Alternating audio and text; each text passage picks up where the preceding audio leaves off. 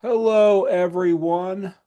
Welcome to Facebook Live. I am Coach Jeremy, and just want to let everyone know this is all recorded, but I think you probably got that little notification when you logged in here. But we're going to be here for the next 45 minutes or so, and I'm going to go through some of this stuff that is relevant, or at least in our opinion, for the NCE and CPCE.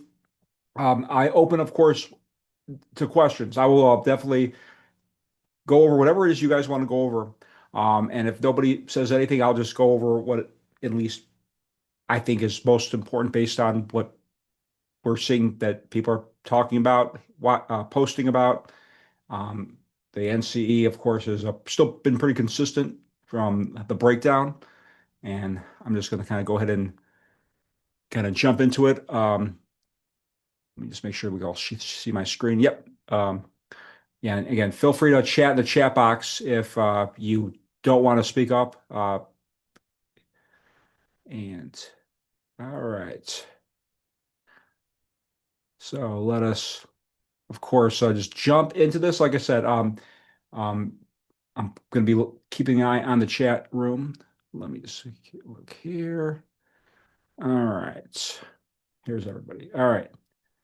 All right. So again, people always ask, and I always, first of all, I say that this information, these people, they're all that we're talking about, they're all dead. So you can't go wrong as far as information is concerned because nothing's changed when somebody wrote a book about somebody. Again, how it's delivered and how you learn it best is kind of going to be, the best way to process it. And there's really no right or wrong answer. However, nobody has any questions yet. All right. Um, okay, so and before I forget, before I forget, first of all, everything that you see here will be on YouTube. So if you want to come back and watch it, you should be on Dr. Pam's YouTube page by this time tomorrow. Usually it's 24 to 48 hours. So keep that in mind, and the information will be there as well. Information, of course, coming from the Hellwig book. So again, that's kind of always been the go-to, so to speak. All right, so let's go ahead here and jump into things. All right. No one's saying anything, so I'll go right into helping relations because that's really kind of where it's all at. And again,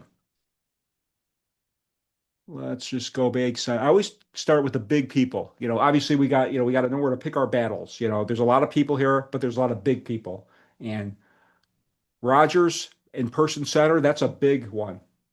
Because again, yeah, and I'm sharing the screen here. So as you can see here, this is Rogers, and it looks like a grandfather-like figure, and we're talking person-centered. And I always tell people, if you're ever not sure about something, look at the name. The name sometimes stands out and kind of helps direct you.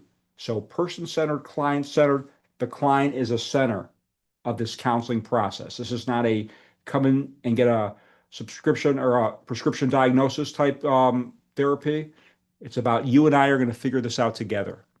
That is what that is about. And of course, it's about a few key words. And usually the one that I always associate, well, oops, I'm just trying to get in to the waiting room. All right.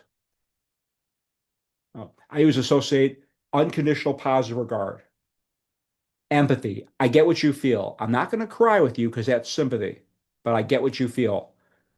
Congruence. I'm being real. I'm being real. What I'm saying and doing is lining up. I'm not putting on a facade or anything fake. And then active listening. Aside from me hearing you, I'm paying attention to nonverbal cues. Are you looking at the ceiling when I'm talking? Are you shaking because you're nervous? That is Rogers. He might be the biggest guy. Um, and of course he's a big one. Now the biggest type of therapy that I would argue might be CBT, cognitive behavioral therapy. And again, for those of you who are just checking, I know a few people have just joined us. Um, feel free to ask any questions. I'm either shout it out or put it in a little chat box so that I'm going to be monitoring, and I can definitely feel free. I want to make this interactive. But CBT, because again, why is anyone in therapy to begin with? Because of what they're thinking. They're not going to be. thinking good thoughts. If they're in therapy, they're thinking negative thoughts. So in CBT, it's about replacing negative thoughts, like you see here, polarized thinking, mental filtering, overgeneralization, jumping to conclusions, replacing with positive thoughts. And we get a full army of people, as you see, because again, this is a big one. So I always tell people when you're on that exam and you get a question and you have no idea what the answer is, and CBT is an option, may not be a bad option to go with because why is anyone in therapy? So that stinking thinking, as they call it. Now, I always like to jump from this one to the next one, which is one that's, again, this guy, Albert Ellis, REBT, Rational Emotive Behavioral Therapy. And again, we're still talking about negative thinking, but they call, or he calls it crooked thinking. Um, Not much difference meaning as far as hard to kind of differentiate between CBT, but it's called crooked thinking and REBT. So if you get that term on the exam, it's REBT, no questions, no exceptions. He also has a specific technique called the ABCDE approach. Again, event happens, we feel this way because we tell ourselves this, so we have to dispute it with something more positive to feel better about it. Kind of like, when things pile up and we got to push the domino in a different direction. REBT, Albert Ellis. So these two, kind of similar. So again, we just talked about we talked about Rogers and person-centered humanistic approach to therapy. Now we're talking about negative thinking. And now we're going to shift over to experimental type of therapy, which is I like this one. This is a role playing slash empty chair. When you're talking about Gestalt, you're talking about the here and now and unfinished business. So again, now we're talking about an experimental type of therapy, and you know we're trying to be present.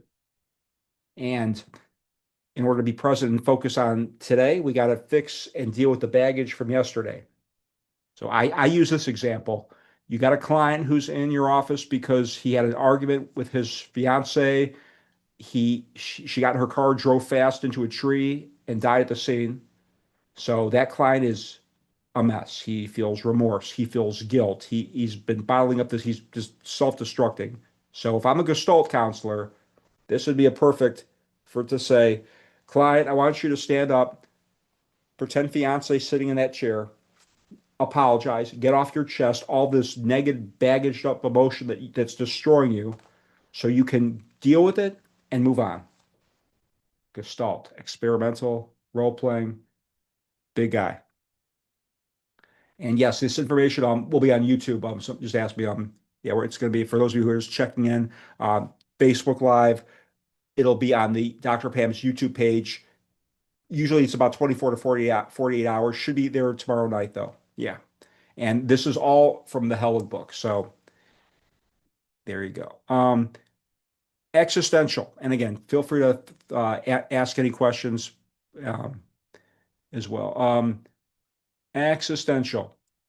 All right, this is kind of going back to history where we kind of have to, I always feel like it's important to start off with where this started and the origin of this. And a guy named Viktor Frankl, who you see right there, basically he was a prisoner in a concentration camp and he wrote a book. If there's one book that you probably want to just know for trivial information, you don't have to read it, you don't have to know the details, but his book, A Man's Search for Meaning, knowing that he wrote it and it's part of existentialism. And this idea is that even when you're on the brink of the lowest form of humanity possible, you can still set long-term goals, be independent and responsible, and see light at the end of the tunnel. Existential. So, I kind of even like Tony Robbins therapy. You go to a seminar and you walk out there like $1 million, wanting to be a billionaire. Sky's the limit. You're reaching for the stars. If you're on the brink of death, you're thinking freedom. If you're a millionaire, you're thinking a billionaire. So that is kind of what that is. Existential. All right. All right. Individual psychology, also known as Adlerian. And this is, again, going back to the name, as I mentioned earlier, for those of you who are just checking in, I always say, if you're not sure, look at the name. Sometimes the name can help direct you to what it is. So we're talking individual. So it's the uniqueness of the individual. And I mean everything about them. We're going from their history, their short-term goals. Again, with existential, it's long-term goals. This is short-term goals. And basically, with this also is their activity level, their mental health, their physical health, what makes them unique. And a staple for this is the birth order, where they are in their sibling pecking order, because are they the oldest, the middle, the youngest, or the only child? Because that has a determination, according to this, Adlerian individual therapy, of why things are the way they are. And one of the techniques, homework assignments. One of the homework assignments, the paradoxical intention, which means prescribing the opposite. So you get a client that says, Counselor, I got a problem. I got social anxiety when I have to speak in front of people. I bite my fingernails like you wouldn't believe. Well, if I'm doing paradoxical, I would say, when's your next presentation? 2 o'clock Friday. Okay, 1:55, look up at the clock and bite the heck out of those nails. Huh? Yep, you heard me. And what's he gonna do at 1:55? He's not gonna bite them. You have insomnia? What time would you like to go to sleep? 10 o'clock. All right, 9:30, brew some coffee, some ice cream, turn on a scary movie, turn on the lights, turn on some music, but whatever you do, don't go to sleep. He's probably going to conk out. So, again, that is what that is. All right. So, um, Sigmund Freud, psychoanalytic, psychodynamic. Um, a few of these, I think the concepts that are most important here. Well, first of all, we've got the id, ego, and superego. A lot of times this is about addiction, where you've got that, if you remember back in the day when you had that devil on one shoulder, the angel on the other, usually with addiction. Come on, one drink won't hurt you, kind of that way. And then, of course, we have the psychosexual stages: oral, anal, phallic, latency, and genital. And this power stage, this phallic, where we have the Oedipus complex and the Electra complex. But I think really when it comes down to psychoanalytic, psychodynamic, what is most important from what I'm hearing about on the exam are our defense mechanisms. And I think that the most common defense mechanism, because it's both in this and in ethics, is transference and countertransference. Transference, what the client's feeling towards the counselor, and then the counter, the reverse, what the counselor's feeling. And then, of course, again, you could pick your poison, but I think when it comes to some of the more famous defense mechanisms, here we go. Again, yeah, yes, absolutely. Yeah, somebody asked if multiple theories use paradoxical intentions. Yes, in fact, any theory could use but yeah, absolutely. In family therapy, absolutely. And again, family therapies can use paradoxical intention. Yeah, you're right. Some of these things are interchanged as far as techniques, homework assignments. Obviously, they can be done in different ways, but yeah, they can be used absolutely. Um, Okay, so defense mechanisms. I always like to kind of go with what's the obvious, the one that stands out. Denial, the flat out refusal. Usually with addiction, I don't have a problem. You're all crazy. But the key is I'm consciously lying or denying it. Because that's with Freud. You're about when you're dealing with unconscious to conscious. Um, Displacement. Had a bad day at work, so I go home and take my cat and launch it across the fridge. Again, when you're dealing with it in a socially inappropriate way, as opposed to sublimation, where I had a bad day at work, so I go to the gym and beat up a punching bag. And then projection, putting my thoughts and feelings onto somebody else. If I think you dislike me, it's easier to dislike you. And then the other stuff is repression and regression. I'm sorry, regression is moving backwards in psychological time when faced with distress. So a 90-year-old taking off his shirt and running on the beach like a 20-year-old, a 40-year-old wearing diapers like a 6-month-old. Whatever you're doing backwards. And the one that seems to get people is suppression and repression. Key here is, again, always with Freud, conscious and unconscious, where in repression, the memories are pushed out of their awareness automatically and subconsciously, where in suppression, it's consciously pushed out. So kind of like in the denial sense, I don't want to talk about it. I don't want to go there. I'm consciously avoiding it, where in repression, it's more, just kind of spirited away from me in a way. All right. And again, for those of you, just feel free to ask any questions. Either I'm paying attention to the chat box, or feel free to blurt it out. TA, transactional analysis. And right now we're going over helping relations, which is still the juggernaut of this exam. It's about a third of the exam. So if you are strong in this area, you're going to be strong in your, chances of passing. Life scripts. Eric Burney. It's about this idea that we do better communicating with people in our own wheelhouse. Parents do better with parents, adults to adults, child to child. Those are called complementary transactions. Because when we go this way, parents to child, that's a cross transaction. And that doesn't work out as well, according to Eric Burney. It's about life scripts. And he wrote a book called The Games People Play. Again, you don't have to read it, you don't have to know about it. Just know that, because he's a big guy, not out of question to think that that may not come up on the exam, just like Frankel's book, Man's Search for Meaning. All right. One of the types of therapies that have surfaced or become more popular, especially in this exam formatted over the years, is DBT, dialectical behavioral therapy. Now, this is one of the few, because people always ask, what would you use something for? Well, this is one that was created for something. Marsha Linehan created this for borderline personality disorders. Now, it can be used for others, like eating disorders, mood disorders. However, this was created for borderline. So on that exam, if a borderline question comes up, the first thing that I'm looking for is DBT an option? Because that was created for this. And with this, 4 techniques. And when you think about a borderline client, these are 4 techniques that pretty much are ideal for a borderline based on what they show symptoms of: mindfulness, emotional regulation, distress tolerance, or interpersonal effectiveness. 4 techniques. All right. So this one has 4 techniques. The next one I'm going to show you has 3 questions. I'm talking solution-focused brief therapy. So does anyone either want to take a shot in the chat box or mention what one of the 3 questions are that solution-focused brief therapy consists of? Anyone?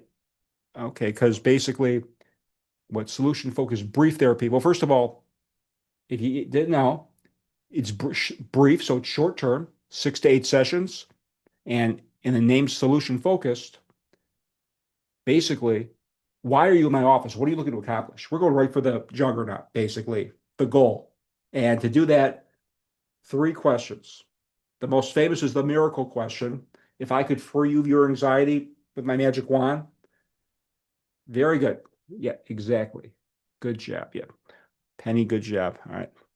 If I could free you of your anxiety, how would that be? The exception. What if you didn't have anxiety? Or the scaling. Okay, how bad is your depression? Scale of 1 to 10.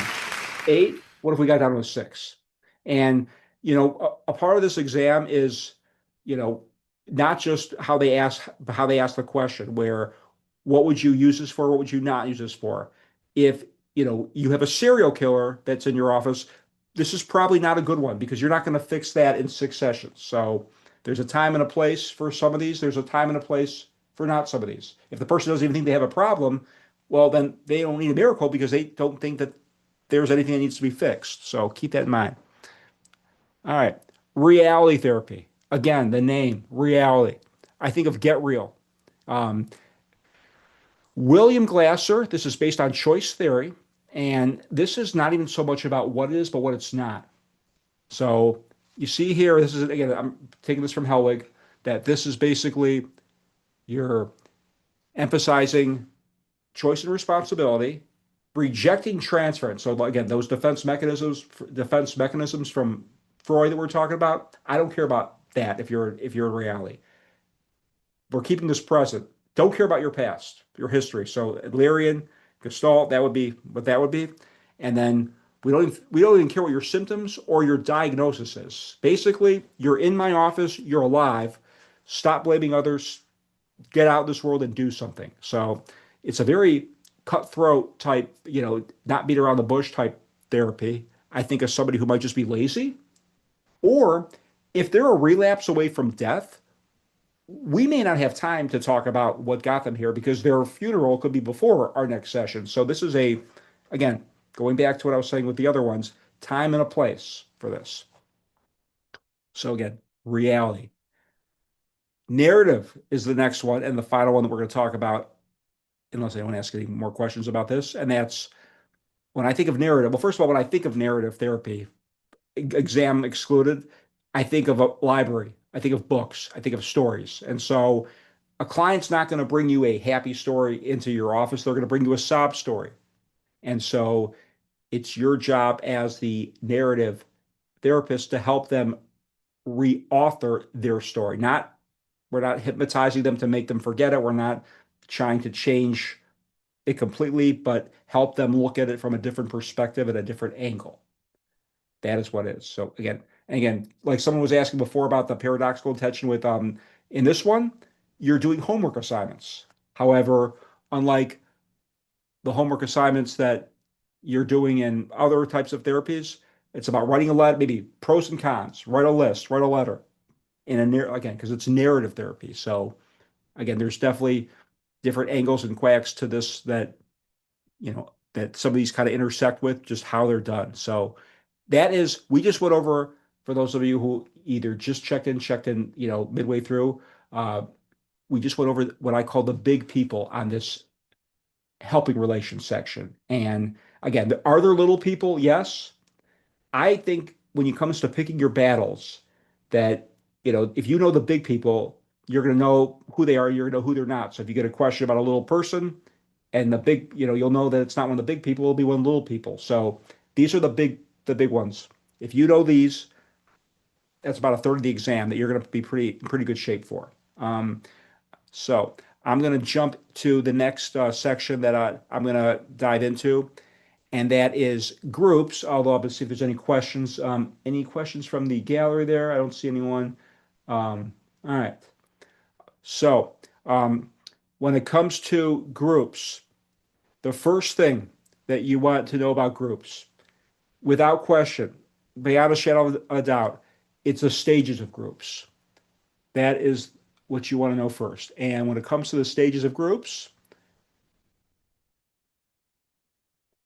I always tell people, if you're not sure, if you forget, just think, throw out the exam. Let's say someone's going to a group therapy to begin with. What's going to happen? How do they get there? They get there, they park their car, they walk inside, they pay the fee, they sign the informed consent, room 212 to the right. You're forming like you would go anywhere else in life, and then get to work. Okay, now keep in mind, there's a reason people go to group therapy to begin with. There's a reason they're going. Okay, and probably because they have a hard time dealing with people. So when you get a bunch of people who have a hard time dealing with people, chances are it probably is not going to go very well from initially. There's probably going to be, they're more likely to want to kill each other than they are to sing songs together. So hence the name storming. When it storms outside, I don't associate that with peace. It's you know, not it's a lot of chaos. Hence the name storming. But then as we shift to the second half of group, the norming stage. And this picture here shows two people who are climbing up a cliff. And I use this example: if you have two enemies who are at the bottom of a hill, and the only way they get up to the top is if they work together. Now, they hate each other, they want to kill each other, but they realize that they're not getting up to the top without helping each other. So, look, let's just get up there and then we'll kill each other when we get up to the top. And what happens on the way up? They become friends. And that's why the norming stage. And then once we know how to work together, achievement, we're getting goals accomplished, performing. And then after that, so long. Bring on the next group, adjourning. So again, this is like I would say when it comes to groups, we got to know our stages. And if you're not sure, just think from start to finish what somebody going into a group would you expect. So there we go. Um, and then those stages kind of come back in different facets because I'm actually going to show it. This, let me just pull up my little. You have curative factors such as, and again, this is from the Helwig, altruism, the concern that one group member has for another. So again, going back to, they could ask you questions like, when would you see this in what stage? Well, in the storming stage, if somebody, let's say, is sick and doesn't come in that day, then the other group member might be like, well, I hope he never comes back. But if they're in the norming stage, oh my God, he hasn't been here in 2 weeks. I'm worried about him. Again, when would things occur and what stage? Universality, that's a big one. It's that belief that, wow, we're more alike, we're not as different than we thought. We're more alike, than we're not as unique. We're kind of more in this together. Again, interpersonal learning, learning from one another, gaining information, socialization techniques, imitative behavior like modeling, group cohesiveness. We're all buying into the group process. Catharsis, releasing of emotions. And again, it always comes back to helping relations terms. Also, scapegoating. If you're ganging up, it's his fault. This is a disaster. Yeah, confronting. You say that you want to stop drinking, yet you keep hanging out in bars where they serve alcohol. So again, a lot of information there. And I think, let me just kind of pull this up here. So yeah, and then when it comes to, yeah, so that I would say is kind of some heavy hitters as far as groups. Okay, any questions that anyone has? Nothing yet. All right. All right. So and again, for those of you who are just popping in, I'm going through all this group stuff. We went through helping relations. And of course, if anyone has a question, fire it away. Either unmute yourself or put in a little chat box. But I'll just keep going if I get nothing. All right. Careers, another big one. And again, with careers, I always just like I was mentioning before, if you were joining us when we started with the helping relations, we talked about the big guys. In careers, we have a three-headed monster. Um, we have Howland, we have Super, and we have Ginsburg. And I think, pick your poison, but Howland is always the guy I start with. He seems to be the big one, and he's different. Howland is different than everybody else. A lot of the other ones they talk about where you are in life, how old you are, and where you are, and what you should be doing, and what is expected of you, and how you are the way you are. But Howland, this is about matching your personality with your job description and environment. And I also tell people when you take your exam, and for those of you who have not taken it yet, when you go into the Pearson Center, they give you a piece of paper and a pencil. And the first thing that you want to do is write down, even if you think you have it memorized to a T, you want to write down Holland's hexagon, RIASEC, RIASEC. I think the actual pronunciation is RIASEC, but if you flip the I and the E, that would kind of give you a little problem there. So RIASEC. Realistic, investigative, artistic, social, enterprising, and conventional. Because there's so many ways, and there's so many ways that these questions could be asked about Holland. But here's the key here is realistic. The doers, they are people who work in coal mines, construction, watch repair. Their hands are all rough. That's kind of their type of work environment, and their personality is and social skills is mediocre. You walk into their break room, you could probably hear food shopping. That is, according to Howland, that's what they are. Then we go to the investigative, the thinkers. I think of them as the computer geeks in school. Data, DNA, fiber samples, IT work, Excel, all that kind of stuff. That's their MO. Not the best social skills either, better than realistic, but a little bit, but not great. But then the artistic. These are the creators. They express themselves through art, through film, through theater. I think of them as those kids who are sitting up at the front of the class and are drawing pictures, and before the teacher rips it up, they're like, "Wow, this is good. This looks like me." And people gravitate towards that. Again, a little more on the social side, but not as social oriented as their next door neighbor. Social. These are the people, social workers, second grade teachers, salesmen, maybe. Uh, these are people that you can hear talking from across the hall, from across the building. They don't shut up. And then the enterprise, the upper echelon. These are, you know, that social worker I was telling you about in the social category. The his or her boss, the owner of the counseling agency, might be an enterprise, or the general sales manager might be an enterprise. And then the conventionals. These are the It's a rare old school, um, very systematic. These people are, they probably, what's working is fine. They don't want to upgrade their equipment. They are very particular on the staples always in the same place. Not the best social skills. CPAs, office clerks, maybe. Now, how can they ask this to you on the exam? Well, they could ask you point blank, somebody who does this is what, or they could give you groupings because the key here is, like in life, when people change careers or jobs, in Holland, if you're changing your job, you're going next door. So a realistic is going to investigative. A investigative is either going to a realistic or an artistic. So RIA, perfect. They all touch. RIS, not good because it leaps frogs. So that's kind of how you need to understand this. So if you have this written down on your exam, on your sheet, when they ask it to you, to just be able to look down as opposed to have to think. This could save you, or they could ask it to you this way. And unfortunately, on this exam, this is what they're known to do. Which of these would not be a good option? And in that case, you want the ones further away, realistic and social. If they're asking you for the wrong answer or the most unlikely, that's where you're going. So again, there's so many ways that they can attack you with Howell.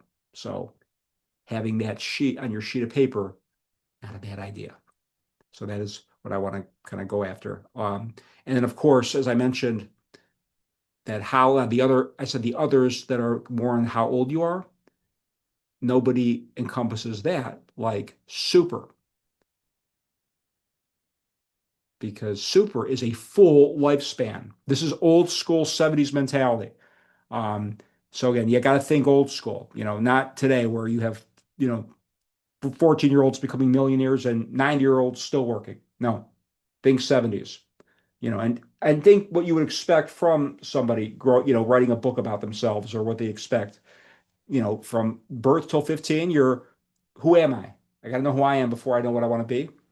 And then exploratory, the tentative choices, the stepping stone jobs. And then that's till 24. And then from 25 to 44, that's a period of time when you should be in your prime. You should be working those long labor hours, taking risks, that kind of stuff. Because after that, the next 20 years, the 45 to 64, you want to be maintaining it. You don't want to be, risk taking. You don't want to be leveling up, or you do want to be at that same level throughout that time period, because at 65 plus, that's when you start to consolidate, cut back towards the end of your work life, towards the end of your life. And then the other juggernaut I was telling you about was Ginsburg, which is a younger and more simplistic version of Holland or of Super. So basically, where is he? Um, so basically, you see here, we're getting younger. So where Super was full life, birth till death. This is birth till 25. So fantasy, birth till 11. So till fifth grade. I'm thinking dress up day to kindergarten, what you want to be when you grow up. You see kids, aside from who they're, besides for their parents, they're dressing up as their favorite cartoon show character, or they're, an astronaut. Those fantasies, okay, what they don't know better, fantasies. And then the transition period, 11 to 17, you realize, okay, I'm not going to be good at math, so stockbroker may not work. I'm only going to be 5'4", so professional basketball player may not work. And I'll be, what does work? Realistic. And that is your top tier, your first tier. Now, then there's a drop off, and we get our two ladies here, Ann Rowe and Linda Gottfredson. And basically, well, let's start with kind of again, this is kind of going back to super what I was saying that the ages. So this is so on this right side, we have Gottfredson, where we have four stages. The first one, now we're getting younger. Okay, so we're starting at 3 to 5, and it's size and power. Where I look at this as, you're coming out of the womb, and the world is your oyster. You can be, do, say, whoever you want, whatever you want, and whenever you want, because this world is yours that you just entered. You don't know better. And then at 6 to 8, it's the sex roles, where you realize at that time that, okay, it's not just a coincidence that more men do this and more women do this. How Aunt Sally is a librarian and Uncle Bob is a firefighter. It's just not a coincidence that more men and women are doing this and that. And because I'm realizing that, that's starting to kind of ease into my own mind of what I think I want to be or should be doing. And then it's social size and power, social valuation, peer pressure. Now I'm hearing what the kids on the block are saying and doing, and that's having an impact on my thinking. So now at 14, all right, so I know who I am. I know what the age, what the genders are saying and doing. I know what the kids on the block are saying and doing. So what is the compromise that it's all going to fit and make sense? So I'm happy, they're happy, how it all works. And now Ann Rowe, she talks about levels and fields. So again, you talk about, what type of industry are you in? Construction?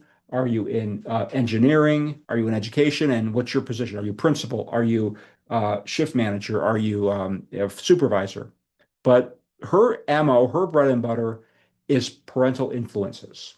What mom and dad did has an influence on your career. If father was a professional athlete and you was always injured, so you were always in a training room with him, you wanted to be a physical trainer, maybe. Or if mother was or if a mother watched took care of dogs as a and the dogs just basically you were almost deaf because they would stop barking, so you wanted to work in a library, so be quiet. Basically the key is it influenced you in one way, shape, or form. And that is and then it drops off even heavier. But that, I think, with careers, we got to know Howland's hexagon. So again, if you just checked in or weren't here when I mentioned it, the first thing you want to do when in that Pearson Center, and again, I use the term brain dump, but of course, if you've not been in this process before, you can't just throw your stuff in the locker and dart in there. You got to go through a process where they look at your glasses to fingerprint you, make sure there's nothing in your pockets. So that term brain dump is a delay. But once you get into that testing center with your pencil and your paper, write down RIASEC. That's the first thing that you want to do. All right, got a few more minutes here. And then, of course, I just want to hit on ethics very quickly because with ethics, I think ethics can be simple, but yet it could be confusing if you let your own gut instinct kick in on what you think you should do or what your agency, if you're working right now, what they think you should do, because that might not be what the exam says you should do, which is what you got to go with when you're taking the exam. Example, the famous, well, I'll just see if anyone can answer this either on their microphone or on their chat. Having sexual relations with a former client from the time of termination is okay. How long from termination, if ever? Does anyone know if it is okay? Or if it is, yes, exactly. Good. 5 years. I hear a lot of people say, well, I would think the answer, or I would hope the answer would be never. Well, guess what? They don't care what we hope. On the exam, 5 years. Yes, exactly. You also have to pay attention to timing of questions.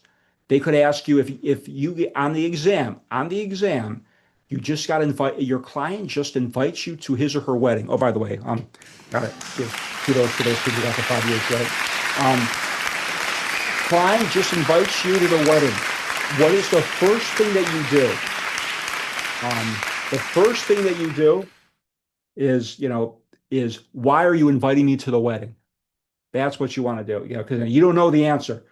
If the answer is, I want to have shots of tequila with you and my friends, then I will politely decline. But what's more likely on to make it, obviously, I don't know if it'll be that obvious on the exam, but I think it's the more likely answer is because this was the first meaningful relationship that I think it had an impact on, our sessions. So I think it would be appropriate. And if that's the answer, on the exam, you're going to the wedding. On the exam, you're going to the wedding. And again, if there's a part three of the answer about the question where you go short period of time, sit in the back, and then leave. You don't go to the reception afterwards. That's what you're doing on the exam. So again, keep that in mind. Also, um, see who knows this is almost a guaranteed to get challenged with on the exam. The duty to warn is based on what Supreme Court act that took place. Does anyone know what that is? Because that is, if there's anything about ethics, yes, correct. And actually, yeah, California has Tarasoff, correct. Again, so if a client basically, very good, yes, that is absolutely something we got to know.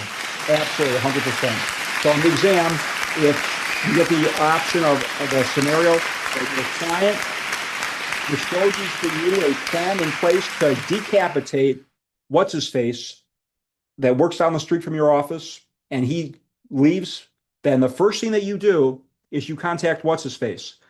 The first thing that you do. What's his face? My client's on their way to cut your head off. I would go run for cover. Click. Then you call 911. 911, we got a problem. Click. And then you're off the hook. And you do it in that order because what happened? Somebody wants, just call the police. Well, police gets there. And if the guy's head's separated from his body, that doesn't do him very good. And now you got a problem. So again, duty to warn. You're warning the intended victim. So, I guess the question is, so who knows true or false? So do we guarantee confidentiality with any of our clients? And who, I know, because if the client says, you're absolutely correct, we do not. So if the client says, um, you know, do I have assurance that you're not going to tell me anything? Well, unless you go this way, if you say that you're going to kill somebody, then I'm not gonna, I'm not gonna, we're not gonna keep that hush hush. Yeah, we're ripping that up, and I'm gonna shout it from the rooftop. Absolutely correct. So we do not guarantee confidentiality. Absolutely not, because again, duty to warn or for harm for either the client or for anyone else. Absolutely, very good. And um, and this is my favorite question. I love this question. If you have a client that says, "Counselor, I committed murder 5 years ago. Period." And I always love asking people what they would do because the response I get is, well, I know if it's 5 years ago that I'm not going to report it because it's, yes, you're right, but you're not going to put your you're not going to put your head in your shirt and do nothing. You got to say something's got to come out of your mouth. And the answer is you want to encourage them to go to the police. Now, they may say thanks, but no thanks, but that's not your problem. You're going to, now, again, that's what you want. You want to encourage them. But you're right. If they've been killing sober for 5 years, there's no reason to think that they're going to kill again. And it's not our job on the exam to put thoughts or words into our head of the client. Go with what they give you. So even though he probably has killed multiple people since 5 years ago, until he tells me that, yeah. Now, if it's Ted Bundy and we know it's, or Jeffrey Dahmer where they're doing it every week, every Tuesday for the last 5 years, that's different. But what's his face only said 5 years ago. So there you go. Um, and then, so there you go. And of course, um, when it comes to subpoenas, you might get there may be a legal question or two. If again, it's not uncommon that, you might get subpoenaed. Let's say that guy from 5 years ago that I just mentioned, he finally gets arrested and the police find out that he told you about the 5 years ago guy. Again, you didn't do anything wrong because it was 5 years ago, but they come to you and say, we'd like to have your notes on your conversation with John Doe about the way he killed John Doe 5 years ago. And if that's the case, then we kind of want to go both ways. We don't want to stick it to the law, but we also want to protect our clients. So if you want the notes from John Doe from 5 years ago, here, John Doe from 5 years ago. That's it. These 500 other people that he killed, you didn't ask for those 500 other people. You just asked for John Doe.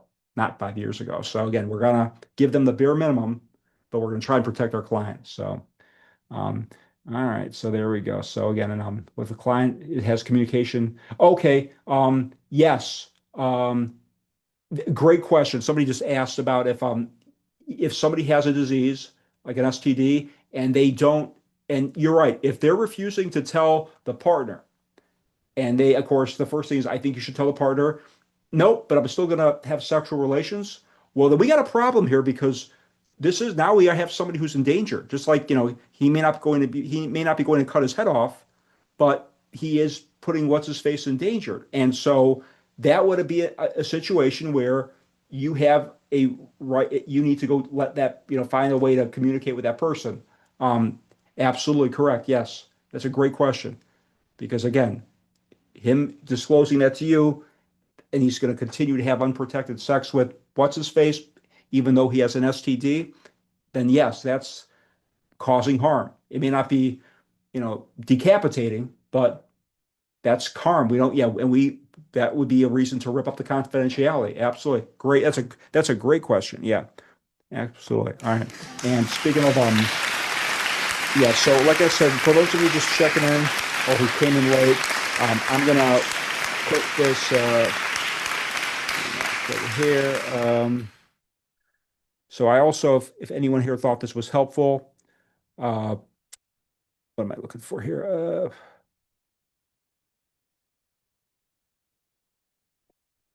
All right, so I'm gonna just put some links here in the little chat box because we are running out of time. But I also offer individual sessions, and I'm just gonna put in the chat box right here some links to, yeah, the video will be on